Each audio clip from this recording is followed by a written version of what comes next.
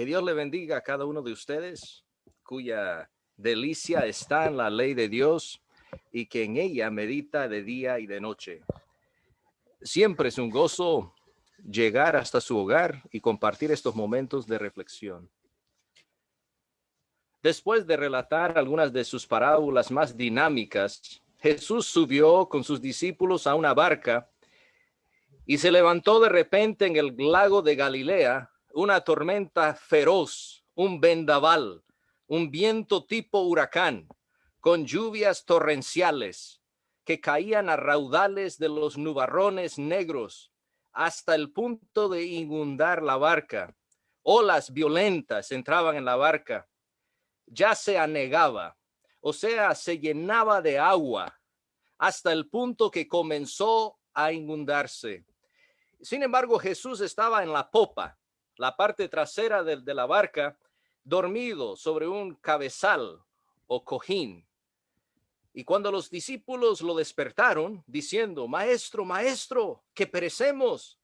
Entonces Cristo respondió al viento, reprendió al viento y a las olas, y de repente el viento cesó y hubo una gran calma. Retomamos la historia en los versículos 39 al 41 de Marcos 4,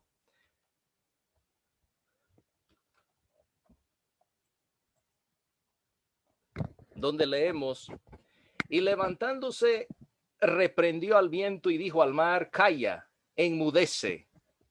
Y cesó el viento, y se hizo grande bonanza. Y les dijo, ¿por qué estáis así amedrentados? ¿Cómo no tenéis fe? Entonces temieron con gran temor y se decían el uno al otro, ¿quién es este que aún el viento y el mar le obedecen? Aparentemente la tormenta ya había terminado, pero todavía tenían miedo.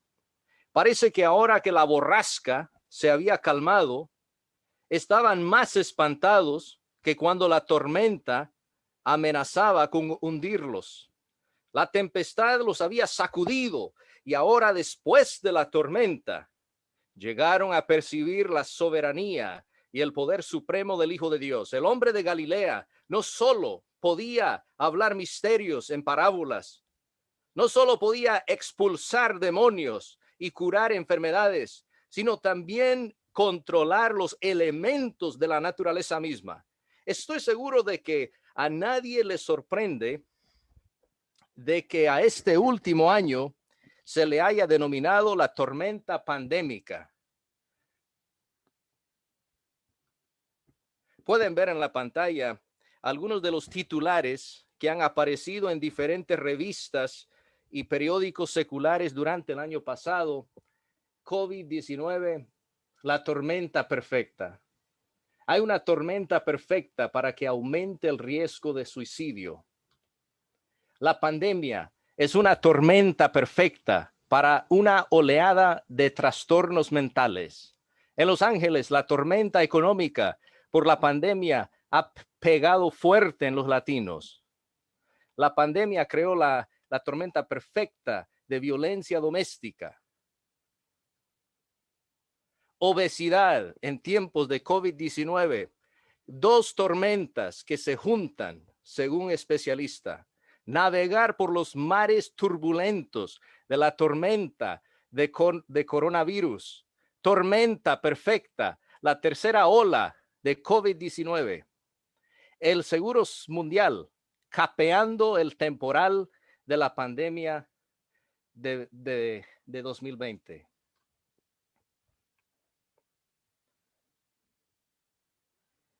Como pueden observar, se ha caracterizado esta pandemia como una tormenta perfecta para el fraude, el abuso de drogas, ansiedad, la obesidad y el suicidio. Y ahora que la tormenta pandémica ha arrasado la nación y el mundo, dejando miles de muertos, ahora que la tormenta está comenzando a despejarse en muchas regiones, nos gustaría en esta noche reflexionar. Como dice Ageo, capítulo 1, verso 7, Así ha dicho Jehová de los ejércitos, meditad sobre vuestros caminos. Y eso es lo que queremos hacer en esta noche. Salmo 19, Salmo 119, 59. David dijo, consideraré mis caminos y volví mis pies a tus testimonios. En primer lugar, es hora de reflexionar sobre el porqué de esta pandemia. Como los discípulos que quedaron aturdidos y con un temor reverente del soberano Hijo de Dios, inmediatamente después de que el Señor hubo calmado la tormenta, también nosotros debemos de reconocer la inescrutabilidad de la providencia de Dios. Hace algunos años, después del desastre devastador del huracán Katrina en la costa del Golfo de México, salí a evangelizar con un hermano y nos encontramos con una mujer atea que me planteó esta pregunta. ¿Cómo pueden ustedes creer en un Dios que permite desastres que matan a miles de personas? Ustedes afirman que Dios es bueno, todopoderoso, omnibenevolente, pero es una contradicción lógica. Mucha gente llama a estos eventos destructivos de la naturaleza actos de Dios. A Dios le echan la culpa por los huracanes, terremotos, pandemias, pero una comprensión de Génesis muestra que esto no es cierto. Génesis enseña que en cierto sentido los eventos naturales destructivos son en realidad actos de hombres y no actos de Dios.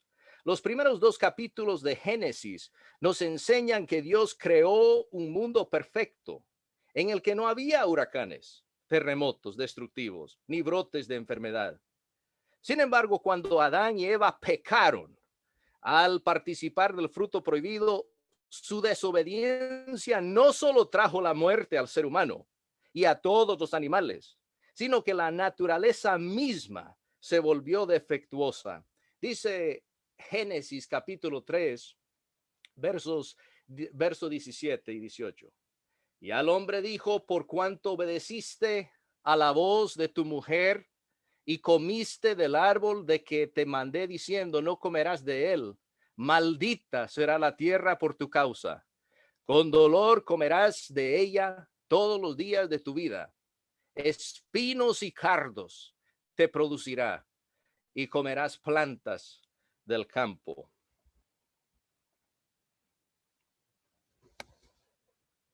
Dios maldijo la tierra, bueno, debido al pecado.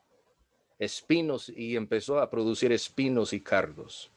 Y aunque los desastres naturales son parte de la economía de Dios hoy en día, en última instancia, la humanidad ha traído estos desastres sobre ella misma. Algunos predicadores falsos afirman que Dios envió todas estas tormentas como retribución por la depravación y corrupción en el mundo. Por ejemplo, el predicador denominacional John McTernan dijo, y cito, Dios está destruyendo sistemáticamente a los Estados Unidos a causa de la agenda homosexual. Y es cierto que en el Antiguo Testamento Dios envió pestilencia y hambres como castigo desde lo alto. Por ejemplo, en Ezequiel capítulo 5, versículo 12, dice la palabra de Dios, una tercera parte de ti morirá de pestilencia y será consumida de hambre en medio de ti. Y una tercera parte caerá a espada alrededor de ti. Y una tercera parte esparciré a todos los vientos y tras ellos desenvainaré espada. En el versículo 2 del mismo capítulo leemos que el profeta se afeitó la cabeza y dividió los cabellos en 3 partes.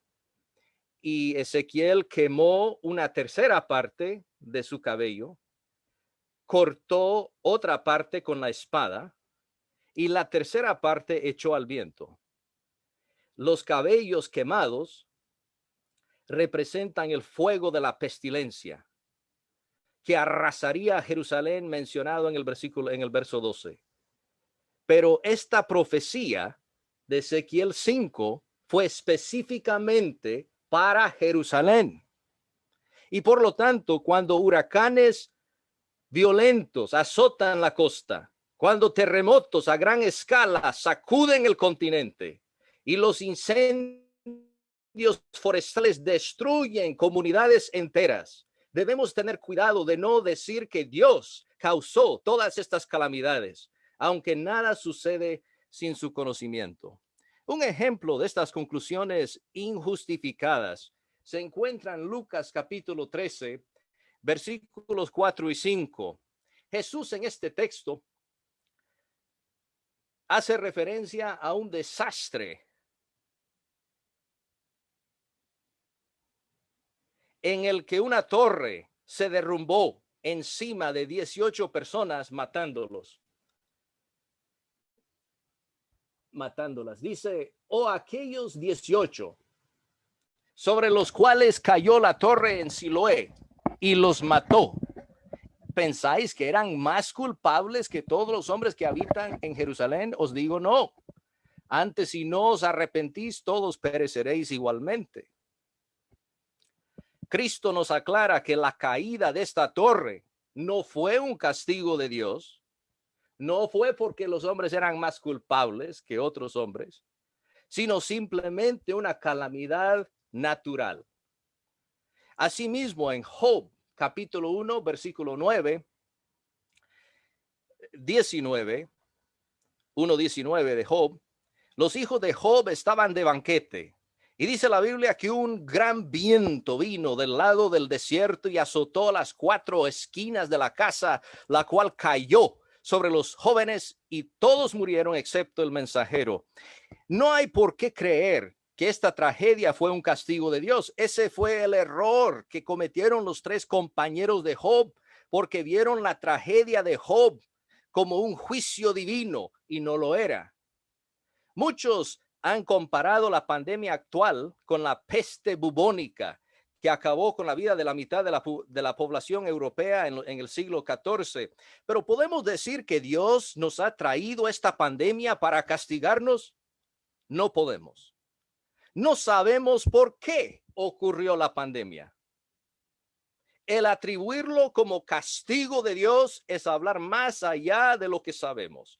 Si tomamos estos juicios proféticos del Antiguo Testamento que fueron decretados para pueblos específicos del pasado y los aplicamos a condiciones modernas, estamos usando mal la Biblia y podemos desprestigiar y hacer infame el nombre del Señor. Y como ya dijimos, los desastres naturales solamente son una pequeña parte de la maldición que se produjo como resultado del pecado de Adán en el huerto de Edén. Vivimos en un mundo caído, un mundo maldito, y estas catástrofes de la naturaleza solamente son secuelas del primer pecado. En lugar de buscar culpar a Dios, hermanos y amigos, nuestra atención debe centrarse en lo que podemos aprender.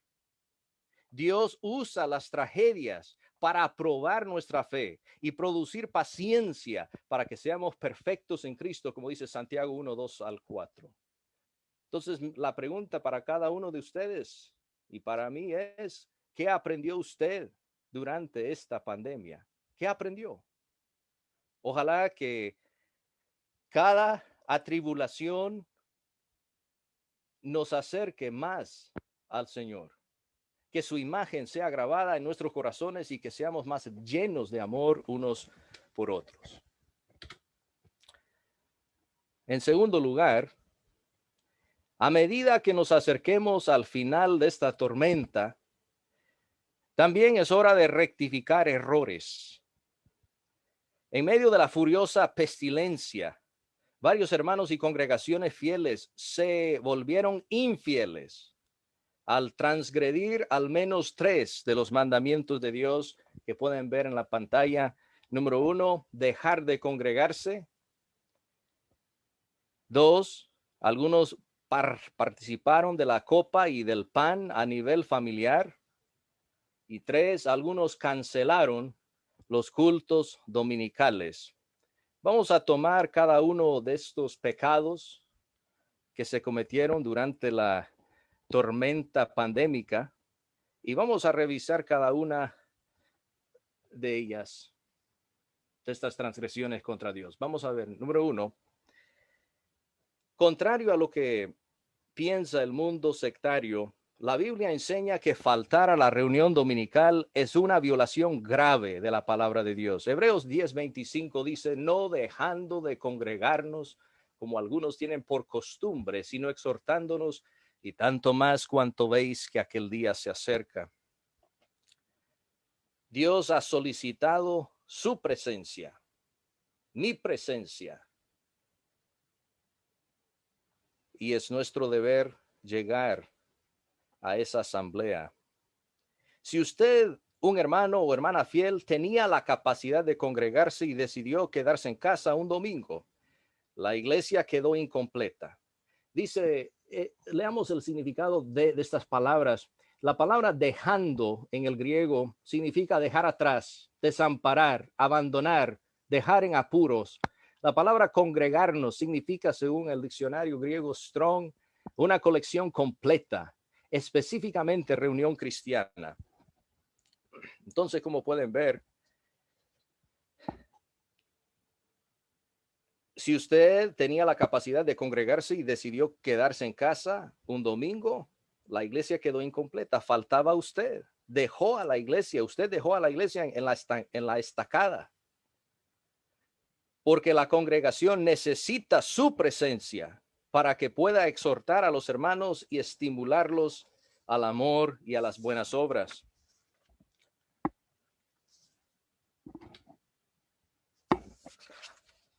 Dejar de congregarse significa elegir voluntariamente quedarse en casa cuando podría haber asistido. Se convierte en un pecado voluntarioso y presuntuoso para el cual no hay perdón, solo cuando se niega a arrepentirse. Y es de ese pecado que estaba al que se está refiriendo el versículo 26. Porque si pecaremos voluntariamente después de haber recibido el conocimiento de la verdad, ya no queda más sacrificio por los pecados. Está hablando de un pecado que se comete sin arrepentirse. Una persona que comete un pecado por ignorancia o por falta de comprensión espiritual no ha cometido un pecado voluntario en el sentido en el que se usa en este versículo 26. Entonces puede recibir perdón, pero está hablando de un hermano que comete un pecado y no se quiere arrepentir. Y hay casos como el apóstol Juan, el del apóstol Juan que fue encarcelado en la isla de Patmos en Apocalipsis capítulo 1, versículo 9. Aquí habla de su arresto, su exilio, mejor dicho, en la isla de Patmos, que se encontraba físicamente incapaz de congregarse. También en Hechos 24-27 encontramos el ejemplo del apóstol Pablo encarcelado durante 2 años, dice la Biblia. Y sé que durante esta pandemia algunos hermanos estaban sitiados dentro de sus vecindarios, físicamente incapaces de asistir al local de reunión. Intentaron llegar, pero fueron físicamente atrancados. Asimismo, hay hermanos ancianos, hermanas ancianas y lisiadas, encerrados dentro de las paredes de los centros de enfermería que no pueden asistir a la reunión. Estos hermanos no han dejado de congregarse, no tenían otra opción. Trataron, pero no fue posible. Entonces no dejaron de congregarse como acto voluntario. Otro pecado que se cometió durante esta pandemia fue el partir el pan y beber la copa a nivel individual o familiar en lugar de a nivel congregacional. Hermanos y amigos, no tenemos el derecho de participar de la cena del Señor como familia en lugar de congregación establecida. en una congregación establecida. Dice 1 Corintios 10:17, siendo uno solo el pan, nosotros con ser muchos somos un cuerpo, pues todos participamos de aquel mismo pan. Dice el versículo 18 del capítulo 11, pues en primer lugar, cuando os reunís como iglesia, oigo que hay entre vosotros divisiones y en parte lo creo. Y el 20, cuando pues os reunís vosotros, esto no es comer la cena del Señor. Solamente podemos participar de un solo pan cuando los muchos estamos reunidos. La Biblia no autoriza congregaciones temporales, provisionales, por 2 o 3 domingos por conveniencia o porque el gobierno lo ordenó. Solo una congregación establecida tiene la autoridad para ofrecer la cena del Señor. Solamente el cuerpo de Cristo puede ofrecer el pan que representa el cuerpo de Cristo. No lo podemos hacer como familias. Las congregaciones neotestamentarias fueron establecidas, es decir, plantadas con la intención de subsistir por muchos años. Y una congregación y un grupo de personas no es congregación. Una familia que se reúne un domingo simplemente porque no quieren ir a la congregación y participan, según ellos, de la cena del Señor, realmente no están participando de la cena del Señor porque no son el cuerpo de Cristo. El cuerpo de Cristo es la congregación local. Entonces, otro pecado, una tercera ofensa contra Dios que se cometió durante la pandemia fue cancelar los servicios del Día del Señor. En el Antiguo Testamento, Dios ordenó varios días santos que fueron designados como santas convocaciones. Por ejemplo, hablando del día sábado, el día de reposo, dice en Levítico 23:3, 6 días se trabajará, mas el séptimo día será de reposo, santa convocación. Ningún trabajo haréis, día de reposo es de Jehová, en donde quiera que habitéis. Esto simplemente significa que Dios convocó estas reuniones y ningún ser humano pudo cancelarlas porque fueron santas convocaciones, convocaciones santas. El sábado, la Pascua, Pentecostés y muchas de las otras fiestas eran santas convocaciones, convocadas por Dios mismo. Los ancianos del pueblo también tenían la autoridad de convocar otras asambleas, pero para diversos propósitos, pero solamente Dios mismo instituyó y reguló las santas convocaciones. Y según el Nuevo Testamento, hoy en la era cristiana tenemos una santa convocación, la reunión semanal del primer día de la semana, y ningún hombre tiene la autoridad para cancelarla. Dice Hechos 20, versículo 7, el primer día de la semana, reunidos los discípulos para partir el pan, Pablo les enseñaba habiendo de salir al día siguiente y alargó el discurso hasta la medianoche.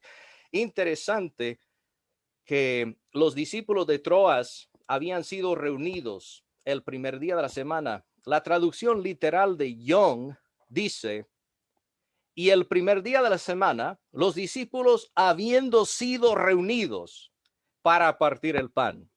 Pablo estaba discursando a ellos, así dice esta versión, habiendo sido reunidos. Noten que en el griego el significado del tiempo verbal, reunidos, implica que alguien los reunió, habiendo sido reunidos. Pues, ¿quién los reunió? ¿Reunidos por quién? Pues sabemos por medio de Hebreos capítulo 10, 25 y 1 Corintios 12, 2, que fue el Señor. El Señor fue quien reunió a estos cristianos, a estos discípulos.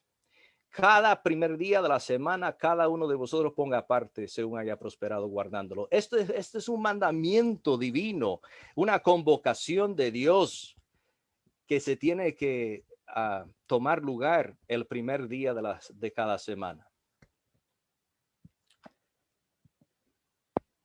Me doy cuenta de que durante este último año enfrentamos desafíos sin precedentes y muchos no sabían cómo reaccionar.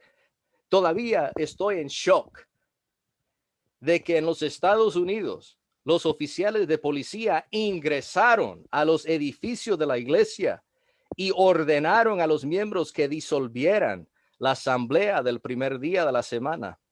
Hubo congregaciones reunidas en los sótanos de las residencias de algunos hermanos, en campos agrícolas, hermanos reunidos en establos, congregaciones reunidas en medio del bosque.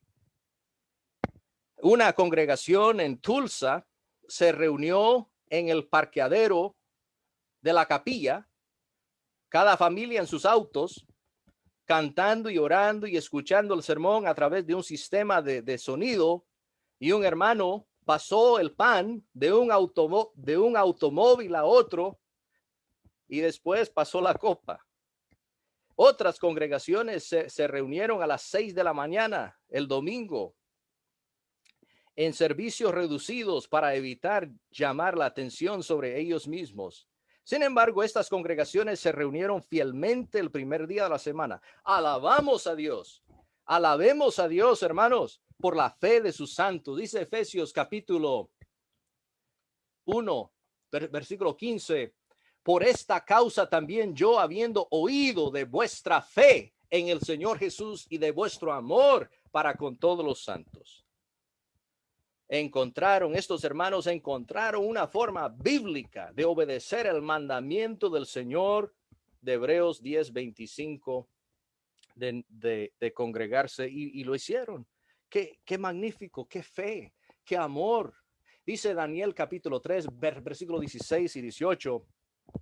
Sadrach, Mesach y Abednego respondieron al rey Nabucodonosor diciendo: no es necesario que te respondamos sobre este asunto. He aquí nuestro Dios, a quien servimos, puede librarnos del horno de fuego ardiendo, y de tu mano, oh rey, nos librará. Y si no, sepas, oh rey, que no serviremos a tus dioses, ni tampoco adoraremos la estatua que has levantado. Cuando el gobierno civil mandó que desobedecieran los mandamientos de Dios, este mandamiento de Dios, ni tenían que pensarlo, ni debatirlo. No era necesario que respondieran sobre este asunto. Nunca, dicen que nunca se postrarían delante de la estatua de oro. Increíble esta fe. Daniel capítulo 6, versículo 10. Dice: cuando Daniel supo que el edicto había sido firmado, entró en su casa y abiertas las ventanas de su cámara que daban hacia Jerusalén, se arrodillaba 3 veces al día y oraba y daba gracias delante de Dios como lo solía hacer antes. Cuando las autoridades civiles firmaron el edicto prohibiendo oración al verdadero Dios, Daniel se hincó de rodillas como acostumbraba hacerlo, pese a las consecuencias.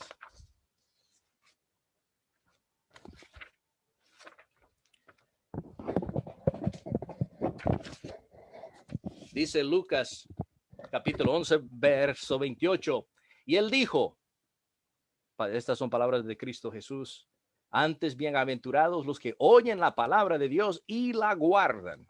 Los apóstoles que fueron llevados ante el Sanedrín respondieron con valentía. En Hechos capítulo 5, versículo 29, respondiendo Pedro y los apóstoles dijeron: es necesario obedecer a Dios antes que a los hombres.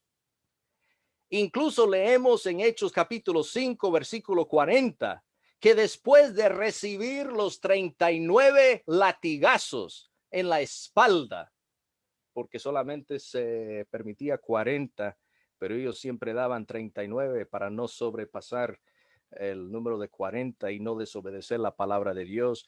Entonces los apóstoles, después de recibir los 39 latigazos en la espalda, no cesaron de predicar públicamente a Jesucristo. Leamos, después de azotarlos, les intimidaron que no hablasen en el nombre de Jesús y los pusieron en libertad. Y ellos salieron de la presencia del concilio gozosos de haber sido tenidos por dignos de padecer afrenta por causa del nombre. Y todos los días en el templo y por las casas no cesaban de enseñar y predicar a Jesucristo. Las congregaciones, escuchen hermanos, las congregaciones que cancelaron los servicios en el día del Señor debido al temor o en sumisión a las autoridades civiles en lugar del santo mandamiento de Dios, se extralimitaron, se pusieron en lugar de Dios y se responsabilizaron de cancelar el mandamiento de Hebreos 10:25. Los ancianos y líderes excedieron su autoridad y le dijeron a la congregación que podían dejar de congregarse. No siguieron el ejemplo de Daniel, los 3 hebreos, los apóstoles en obedecer al Señor sin importar las consecuencias. Me siento profundamente afligido y adolorido porque algunos de nuestros hermanos e incluso predicadores de muchos años que estaban perfectamente sanos se negaron a reunirse con una congregación establecida por temor a enfermarse o de contraer una multa del gobierno. Estos hermanos decepcionaron a la iglesia, decepcionaron al Señor y a la vez alabamos a Dios por el gran número de hermanos que con humildad pasaron al frente de la congregación e hicieron una confesión por haber abandonado el culto. Y esto es magnífico, ¿no? Siguieron las palabras de Pedro en Hechos 8, 22 y 23. Estas palabras dichas a Simón, que después de su bautismo se apartó del Señor, dice: arrepiéntete pues de esta tu maldad y ruega a Dios si quizás te sea perdonado el pensamiento de tu corazón, porque en hiel de amargura y en prisión de maldad veo que estás. Me colma de alegría anunciar que varias congregaciones que cancelaron los servicios en el día del Señor confesaron su pecado y tuvieron una oración congregacional pidiéndole perdón a Dios por haber dejado de congregarse. Y una de las congregaciones, una congregación específica que me viene a la mente es la que se reúne en Tulsa, Oklahoma, en la calle 11. Esa congregación dejó de reunirse por algunos 2 domingos y ahora se han reconciliado con Dios, tuvieron una oración, le pidieron perdón a Dios por haber cancelado el culto, porque reconocen que no tenían el derecho de hacerlo. Por otro lado, algunas congregaciones, cuando entraron los policías y amenazaron con una multa, los amenazaron con una multa de $750 por familia si siguieran reuniéndose, tomaron la decisión de suspender los cultos. No se esmeraron en buscar otro local para reunirse. Estos hermanos simplemente invalidaron la palabra de Dios y hasta donde yo sé, nunca se arrepintieron. A menos que lo hagan, no debemos asistir a estas congregaciones ni recibir a estos hermanos como discípulos fieles. Para aquellas congregaciones que han caído en este pecado, reitero el mandamiento de Cristo Jesús a la iglesia en Éfeso en Apocalipsis capítulo 2, versículo 5, donde dice: recuerda por tanto de dónde has caído y arrepiéntete y haz las primeras obras, pues si no, vendré pronto a ti, quitaré tu candelero de su lugar si no te hubieres arrepentido. Lo triste es que estos hermanos afirman que no han pecado, que ellos no pecaron. Y esto no es nada nuevo, aunque Judá era culpable, claramente culpable, de acuerdo con Jeremías capítulo 2, versículo 35, insistieron fuertemente que no habían cometido ningún delito. Leamos el texto. Jeremías 2:35. Soy inocente, De cierto, su ira se apartó de mí. He aquí yo entraré en juicio contigo, porque dijiste, no he pecado. ¿Cómo puedes decir no soy inmunda? Nunca anduve tras los Baales. Mira tu proceder en el valle. Conoce lo que has hecho, dromedaria ligera que tuerce su camino. Estos israelitas alegaban inocencia total. Se habían convencido de que no habían ofendido a Dios en lo más mínimo. No he pecado. Eso fue lo que dijeron. No he pecado. Dios pregunta, ¿cómo puedes decir que no has pecado? ¿Cómo puedes decir no soy inmunda? Son como dromedarias ligeras que corren de aquí para allá y no permanecen en el camino estipulado por su Señor. Dromedaria es un tipo de camello, ¿no? Que corre velozmente. Y así son algunos hermanos. Corren rápidamente a lo que no es correcto, saliendo del camino. Esto me recuerda. Esto es exactamente lo que están haciendo algunos hermanos y hermanas ahora. No estaban enfermos, pero se quedaron en casa. Abandonaron la asamblea durante semanas. Pudieron haberse reunido, pero no lo hicieron por temor a contraer el COVID-19 o incurrir en una multa. Ahora estos hermanos están insistiendo como Judá, no he pecado, soy inocente. Y esto me recuerda cuando Sara se rió de la promesa de Dios de que tendría un hijo en su avanzada edad. Y cuando Dios preguntó, ¿por qué se rió Sara? Ella respondió en Génesis 18:15. Entonces Sara negó diciendo, no me reí porque tuvo miedo. Y él dijo, no es así, sino que te has reído. Estos hermanos que dicen que al dejar de congregarse que no pecaron, a estos hermanos digo, no es así, que ciertamente pecaron y deben arrepentirse. Incluso Eva, la primera mujer, cuando estaba en el huerto de Edén, aunque había sido engañada, cuando fue enfrentada, confesó su pecado. Cuando Dios le preguntó, ¿qué es esto que has hecho? Ella no se hincó de orgullo, gritando, no hice nada, Señor, soy inocente. No, Eva admitió su pecado y que había sido engañada por Satanás. Dice en Génesis 3:13, la serpiente me engañó y yo comí. Tenemos que admitir, hermanos, nuestro pecado. No podemos fingir que no hicimos nada. Aprendamos de Eva a confesar nuestros yerros. Ella confesó su pecado. Fui engañada. Comí.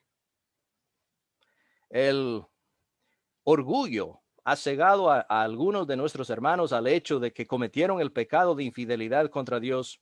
El profundo deseo de mi corazón y mi oración a Dios por esos hermanos es que se arrepientan, porque si no lo hacen, habrán perdido su comunión con el Dios del cielo. Dice 2 Juan capítulo 9, cualquiera que se extravía y no persevera en la doctrina de Cristo no tiene a Dios.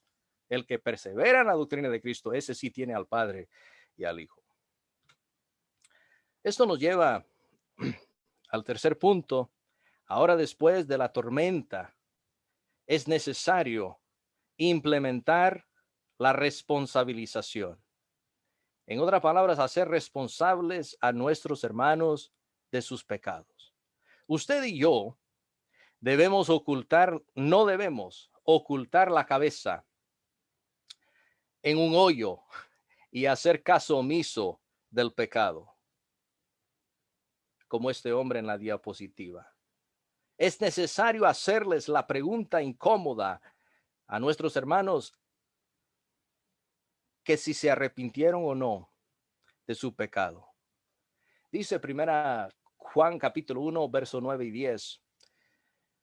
Si confesamos nuestros pecados, Él es fiel y justo para perdonar nuestros pecados y limpiarnos de toda maldad. Si decimos que no hemos pecado, le hacemos a él mentiroso y su palabra no está en nosotros. Afirmar su inocencia es lo opuesto de la confesión. La palabra confesar en este versículo es muy interesante. La palabra griega es homologeo. Es una palabra compuesta de homo. Homo significa lo mismo. Por eso decimos homosexual, significa dos personas del mismo sexo. Homo quiere decir lo mismo. Entonces, logeo o logeo significa hablar. Entonces, confesar significa hablar lo mismo, literalmente. Thayer lo define de esta forma, dice, estar de acuerdo, no negar, confesar, declarar. Entonces significa que nos ponemos de acuerdo con Dios oralmente respecto a nuestros pecados. Nos ponemos de acuerdo con Dios. Eso es confesar. La Biblia, la palabra de Dios dice que hemos pecado y hablamos lo mismo. Y esta es confesión, hablar lo mismo que Dios concerniente a nuestro pecado. ¿Cómo desearía que cada congregación prestamente y con ansia confesara su pecado y se arrepintiera? Pero muchos no lo han hecho. Y lo que sucede es que la soberbia está impidiendo que algunos hermanos y algunas congregaciones se arrepientan. Ninguna iglesia puede ser salva y ninguno de nosotros podemos ser salvos si seguimos negando nuestro pecado y nos negamos a arrepentirnos. En el acto del arrepentimiento está nuestra salvación. Dice Isaías 30:15, porque así dijo Jehová el Señor, el Santo de Israel, en descanso y en reposo seréis salvos. Y eso es interesante porque la palabra descanso, según los eruditos, sería mejor traducido arrepentimiento. Y así se traduce la Biblia a las Américas. Dice, en arrepentimiento y en reposo seréis salvos, pero no quisisteis. También la Nueva Versión Internacional, la versión antigua en inglés, todos dicen, en vez de descanso, dicen, en arrepentimiento y en reposo seréis salvos. Pero ¿cuál fue el problema? La última parte del versículo dice, y no quisisteis. Ahí está el problema. Su terquedad y orgullo impidieron su arrepentimiento y salvación. Leamos algunos versos más. Dice 1 Pedro 5:5-6. Igualmente, jóvenes, estad sujetos a los ancianos y todos sumisos unos a otros, revestidos de humildad, porque Dios resiste a los soberbios y da gracia a los humildes. Humillaos, pues, bajo la poderosa mano de Dios, para que Él os exalte cuando fuere tiempo, echando toda vuestra ansiedad sobre Él, porque Él tiene cuidado de vosotros. Humillémonos, hermanos. Dice el Salmo 32:5, mi pecado te declaré y no encubrí mi iniquidad. Dije, confesaré mis transgresiones a Jehová. ¿Y cuál fue el resultado? Y tú perdonaste la maldad de mi pecado. Selah, que significa pausa. Entonces, debemos de reflexionar, pausar y reflexionar sobre este versículo. Dios es tan misericordioso. Cuando caemos a sus pies arrepentidos, su perdón es asombroso. Hechos capítulo 3, verso 19 dice, así que arrepentíos y convertíos para que sean borrados vuestros pecados, para que vengan de la presencia del Señor tiempos de refrigerio. La merced inmensurable de nuestro Señor de borrar toda marca de pecado como si fuera escrita en una tablilla de cera. Eso es lo que hace Dios y nos manda tiempos de refrigerio. Pero Dios no tiene piedad. Escúchenme, hermanos y amigos, Dios no tiene piedad alguna de aquellos que justifican su pecado y que excusan el pecado de otros. Hemos considerado las tres formas en que algunos hermanos pecaron durante la pandemia y ahora después de la tormenta, algunos predicadores y líderes, en lugar de exigir arrepentimiento, han cedido a la tentación de ocultar los trapos sucios. En inglés hay una expresión que se entiende también en español de barrer la mugre debajo del tapete. En vez de sacar la suciedad de la casa, se esconde debajo de la alfombra o debajo de la cama. Algunas congregaciones, en vez de exigir arrepentimiento, simplemente encubren el pecado del hermano haciendo caso omiso de ello. Pero hermanos, cuando esto hacemos, incurrimos la ira de Dios de 4 formas. En primer lugar, como pueden ver, la iglesia nunca puede tener verdadera paz y unidad ocultando el pecado debajo de la alfombra y pretendiendo que no está ahí. La sabiduría humana dice: encubran el pecado, entierre el asunto para mantener la unidad. Pero la sabiduría de Dios dice: ame a su hermano, exigiendo arrepentimiento y confesión de pecado. No podemos simplemente hacer caso omiso del pecado impenitente y descartarlo, porque el pecado no desaparece con el tiempo. El Proverbio 28:13 dice: el que encubre sus pecados no prosperará, mas el que los confiesa y se aparta alcanzará misericordia. Este versículo es cierto tanto a nivel individual como a nivel congregacional. Las congregaciones que encubren sus pecados tampoco prosperarán, tampoco tendrán éxito. Asimismo como el individuo que encubre su pecado tendrá éxito. Por eso tenemos que hacer lo que dice el versículo: confesar el pecado y apartarnos de él para alcanzar la misericordia de Dios. En segundo lugar, otro problema con esconder el pecado debajo de la alfombra es que muestra una falta de amor. El amor reconoce la influencia corruptora del pecado, que ese pecado realmente está destruyendo al pecador. Una de las cosas más amorosas que usted le puede decir a una persona que ha transgredido el mandamiento del Señor es: arrepiéntase, hermano, amigo, arrepiéntase. Es la cosa más amorosa que le puede decir a un hermano. Dice Santiago 5:20: sepa que el que haga volver al pecador del error de su camino salvará de muerte un alma y cubrirá multitud de pecados.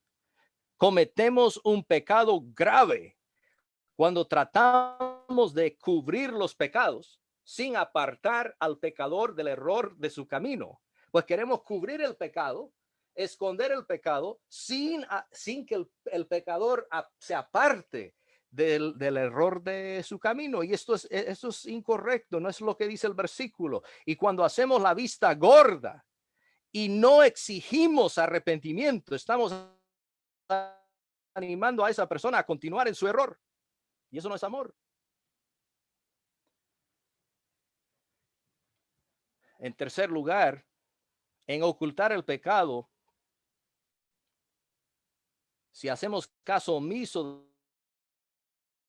del pecado, también nos volvemos culpables nosotros mismos por asociación.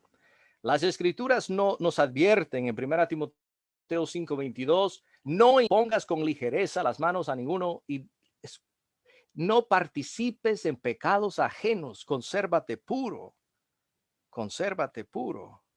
no participen en el pecado ajeno. Y eso es exactamente lo que hacemos cuando tratamos de ocultar el pecado o simplemente hacer la vista gorda. Proverbios 17:15 dice: el que justifica al impío y condena al justo, ambos son igualmente abominación a Jehová. ¿Escucharon este versículo, hermanos? El que justifica al impío es abominación a Jehová. Si justificamos al hermano que ha pecado, que ha dejado de reunirse y el hermano nunca confesó su pecado, nunca se arrepintió, pues esa es una abominación. justificar al impío. Y también es lo mismo con condenar al justo, que no ha hecho nada malo. Cuando Acán desobedeció a Dios, tomando como botín las cosas del anatema, un manto, dice la Biblia que Acán tomó un manto babilónico, unas monedas de plata y una barra de oro de Jericó. Cuando él tomó de estas cosas del anatema, toda la congregación de Israel cayó bajo la maldición de Dios y fueron derrotados en Ai. Aunque Acán fue quien realmente pecó, fue quien tomó de las cosas prohibidas. Dice Josué 7:11, no dice que Acán ha pecado. Dice Israel ha pecado y aún han quebrantado mi pacto que yo les mandé y también han tomado del anatema. Pero solamente fue él, solamente fue Acán. Pero aquí dice que Israel han tomado del anatema, hablando de Israel, y hasta han hurtado, han mentido y aún lo han guardado entre sus enseres. Israel pecó, dice la Biblia. Israel transgredió mi pacto. Todos ellos fueron culpables por su asociación con Acán. Y nosotros también lo somos cuando a sabiendas encubrimos el pecado o hacemos caso omiso del pecado del hermano. En cuarto lugar, cuando barremos y ocultamos la mugre debajo del tapete, la acumulación se hace evidente. Hay un bulto desagradable de suciedad debajo del tapete que siendo suficientemente grande se convierte en una fuente de tropiezo. Una fuente de tropiezo. 1 Corintios 5:6 dice, no es buena vuestra jactancia. ¿No sabéis que un poco de levadura leuda toda la masa? Si amamos a nuestros hermanos y hermanas que han pecado, tenemos que insistir en que se arrepientan y cortar la comunión con aquellos que no lo hacen. Bueno, en resumidas cuentas, hemos capeado un temporal increíblemente desgarrador. Muchos de nosotros salimos de esta tormenta golpeados, afectados emocionalmente, perdimos seres queridos por el virus y algunos de nosotros incluso salimos un poco más gordos que cuando entramos. Dice esta cita en la pantalla, y una vez que la tormenta termine, no recordarás cómo lo lograste, cómo sobreviviste. Ni siquiera estarás seguro si la tormenta ha terminado realmente. Pero una cosa sí es segura. Cuando salgas de esa tormenta, no serás la misma persona que entró en ella. De eso se trata esta tormenta. Ahora que la tormenta está pasando, espero que reflexionemos, que nos arrepintamos, que rectifiquemos nuestros errores con Dios y con nuestros hermanos y que responsabilicemos a nuestros amados hermanos que aún no se han arrepentido. Maravillémonos ante el poder alucinante de Jesucristo, como los discípulos todavía pasmados después de que hubo calmado la tormenta en el mar de Galilea. Caigamos en las manos del Señor porque sus misericordias son muchas en extremo y amemos a nuestros hermanos con nuevo vigor, exhortándoles a que sean contritos de espíritu y que tiemblen ante la poderosa palabra del Hijo de Dios. Que el Todopoderoso acoja a su sombra de protección a cada uno de ustedes, que con mansedumbre sirvan al Señor según su ordenanza. Que Dios les bendiga.